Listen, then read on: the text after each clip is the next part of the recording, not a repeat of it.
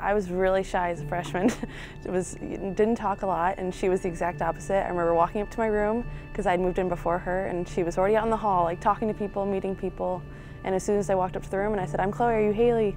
She goes, "Yes, I am," and like threw her arms around me, gave me a big hug. She's just so kind and loving, like she's friends with everyone, and but with that also just like very strong and like just a leader, and like I said, like a hard worker, but just all those qualities that she always kind of puts all that stuff like above her own like feelings or self.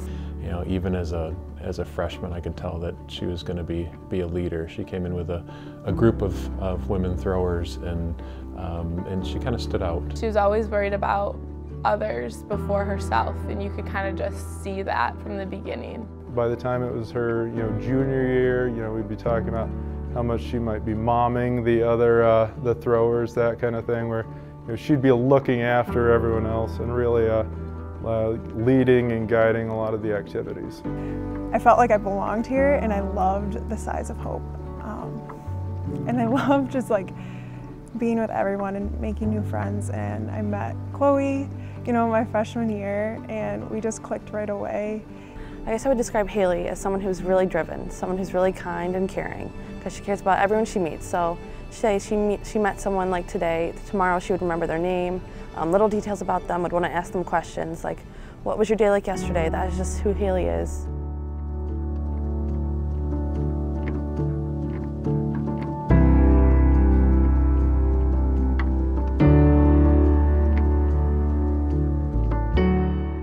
She came in as a good thrower, but she's really gotten after it, especially in the discus.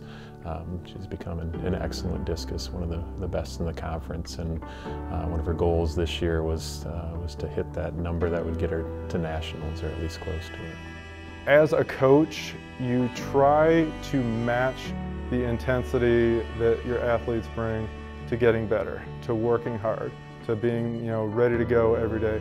And I would say that she makes me want to be a better coach in the way that she brings that to practice every day. She's going to be there, she's going to be working hard, and you want to be able to continue to help them along that growth, along that path. And that's one of those things where you don't necessarily get that out of every athlete. So going into senior year, I knew it was going to be my last year. Track-wise, my goals were to win the conference in discus and then also to qualify for nationals. At that time, I was also applying in the fall for graduate programs for genetic counseling. So after Hope, I wanted to go to a genetic counseling school. It's a 2-year master's program, and go do that. And then in between, I had to fill my summer with the internship. And so I really had this plan of, all right, I'm gonna finish up my track season strong, I'm gonna move to Africa, and then I'm gonna go to grad school and become a genetic counselor. Haley tends to lift really hard in the weight room, so like I'm really used to her coming back to our room and just complaining, "Oh my gosh, I can't move today." I just thought, oh, like maybe I have an infection. I kind of thought it was a lymph node just by the location of it. And I went in to see my primary care doctor, and it was something like about her body language. She just was like, "Well, we need lab work, we need to look at this."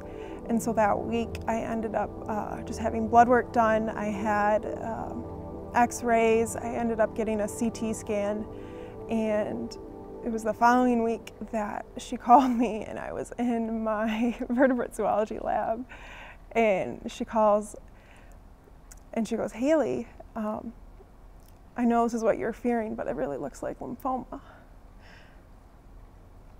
And I lost it. I didn't know what my life would look like. I never thought that I would be someone who would have cancer. And when your doctor says that, your mind obviously travels to the worst. And I think I broke down crying, and I called my mom, and I was like, "Mom, what do I do?" You have to be strong. But there are times when it's a little tough. But you just have to put it in God's hands. And Haley's strong, like young and strong. And so at that point, when they said it was cancer, Now you have to decide after what kind of cancer. So now, crazy as it seems, we're praying for Hodgkin's because it's the most curable cancer you can have. We needed it to be Hodgkin's. And then they say that and you're like, now we have a plan. I mean, everything changed for her in that moment, and she had to reassess things, and her new goals were, Coach, I want to throw in some more meets here, and she was able to do that down south on spring break. Got to throw in a couple of meets there. I think she's still hoping to throw some more, but we'll see what happens with that. Since she's gotten her diagnosis, I mean, she has a lot to worry about. I mean, on top of cancer, she's graduating, she's trying to go to grad school, she's doing all these different things, but just like her commitment to the team through all of that has been like crazy. Like she got her chemo treatments pushed back so she could come on spring break with us. She's been like competing with a huge scar on her chest, and I think that it's just like all for the team. And she even mentioned, like, at the beginning of it all, she was like apologizing that she couldn't make a practice. When it came down to the last meet that we knew she would be competing at, which was at Emory, the second meet that we go to on spring break, we managed to get everyone to keep it quiet so Haley didn't know that this was going to be happening. And right before her first throw, everybody came up kind of beside the throwing area, and she managed to get off a really good first throw, and then, you know, I'd say one of the largest cheering sections I've ever seen at the throws area of a track meet was there waiting for her after she had turned around, and everybody, you know, was kind of trying to show their appreciation for what she means to the team. I think that emotionally it's really hard, but like I said, Haley is such a strong individual, and you can really see that through the way she just like I said, like reached out for prayer and like let people know, like, hey, like, you know, I could use some support in this time, and just how strong she is, like, for her track team, for her family, for her boyfriend, for her friends. I think people look at Haley and they're not like worried or like sad or like super depressed about the whole thing because of how like a strong individual and like kind of aura that she gives off. She's just inspiring everyone around her. Anyone that she talks to on a daily basis, I have people who come up to me like, oh my gosh, Haley, like, how is she doing? I'm like, she's fine. Like, you would not even know. My initial thoughts were just like, why?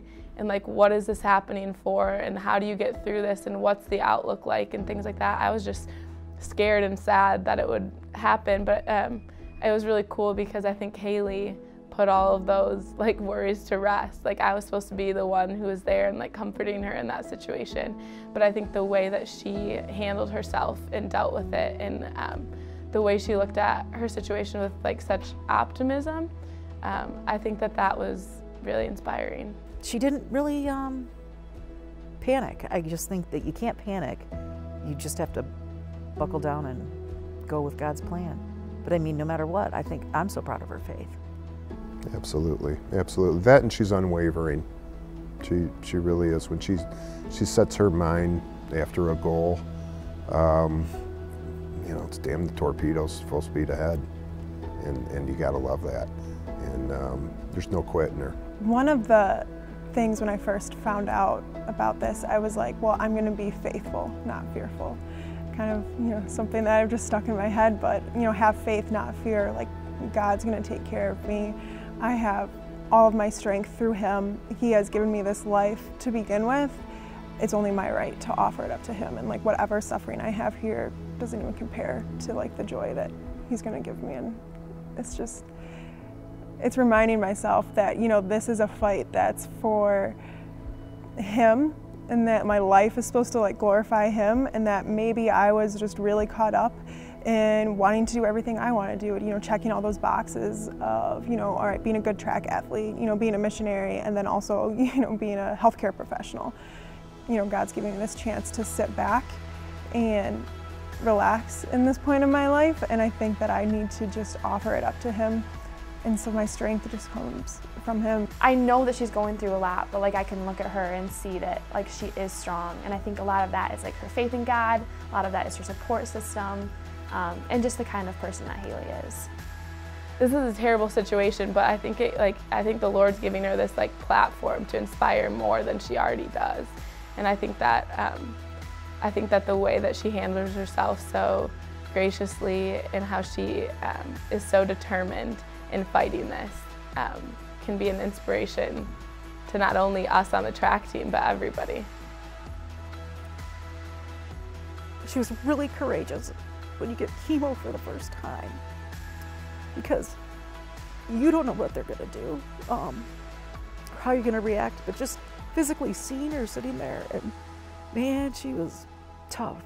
I think at times I do doubt myself. I definitely do, because you know, I'll just break down and think like, wow, this is real, like this is happening. But then knowing that I can work through it, and knowing that, you know, 5 years from now I'm gonna be on the other side saying, yeah, I am a cancer survivor.